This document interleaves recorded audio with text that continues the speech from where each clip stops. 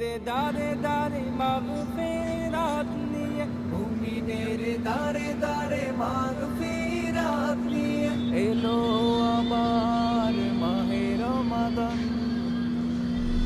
বছর ঘুরে এলো আবার মাহে রমাদান।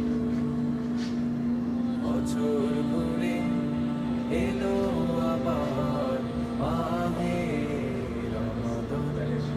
এই মাসে রহমত করেন নাজিল আল্লাহ মহান। মাগফিরাত শেষে দেবেন নাজাত আল্লাহ সুবহান।